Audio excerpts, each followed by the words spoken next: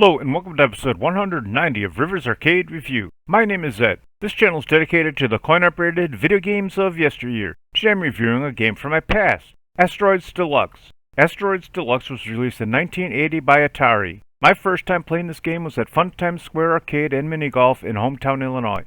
Asteroids Deluxe is a space shooter game in which you control a spaceship with 5 buttons. 1 button each for left and right rotation, 1 button for fire, 1 button for thrust, and 1 button for the shields. You need to shoot your way through an endless field of floating asteroids.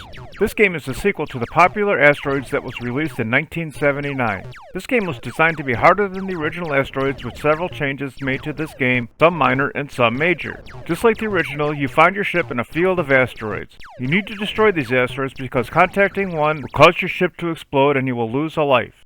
The basic gameplay is the same as the original game. The game begins with your ship in the middle of a field of asteroids. This game will begin with 6 large asteroids as opposed to 4.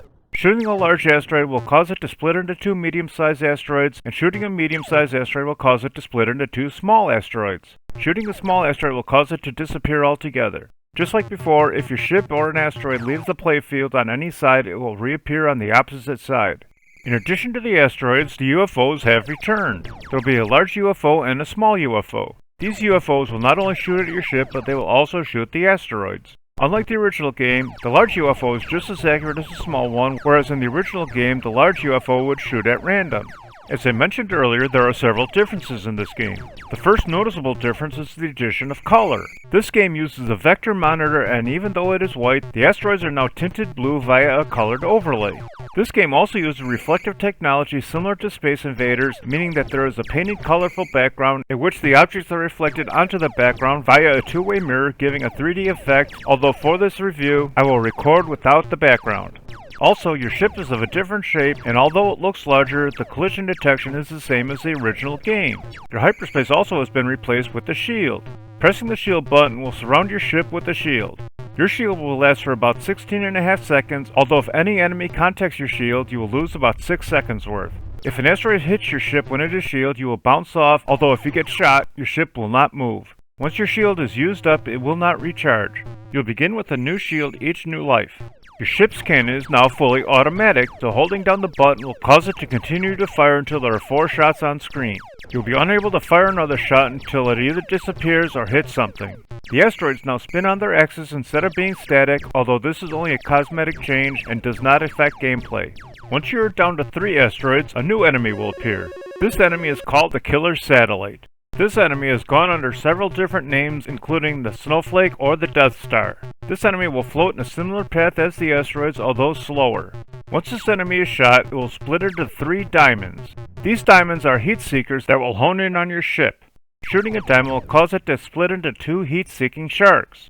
Shooting the sharks will cause them to disappear. Once all sharks have been destroyed, what happens next depends on the number of asteroids remaining. If there are 2 or 3 asteroids, another killer satellite will appear, although, if you are down to 1 asteroid, the killer satellite will not return.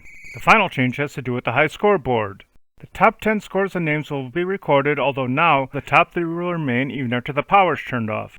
Once you destroy all the asteroids, you will complete the level and you will advance to the next level with more asteroids, although now you must destroy all parts of the killer satellite. The next level will begin with 1 additional asteroid as opposed to 2, and it will increase 1 asteroid per level until you begin with 9 asteroids. Also on level 2, the killer satellite will appear when there are 4 asteroids, and continue to reappear until there is only 1 asteroid left. On further levels, the killer satellite will appear sooner and sooner, and continue to reappear until there are no asteroids left. Similarly to the original game, the graphics are limited to 24 asteroids on screen at once. Once there are 24 asteroids, shooting a large asteroid will cause it to become 1 medium asteroid. The same thing happens when shooting a medium asteroid, it will become 1 small asteroid. Due to the extreme difficulty of the game, Atari released an update to make the game slightly easier via difficulty settings. The updated version allowed management to change the beginning number of asteroids from 6 to 4, whereas the original release always began with 6 asteroids.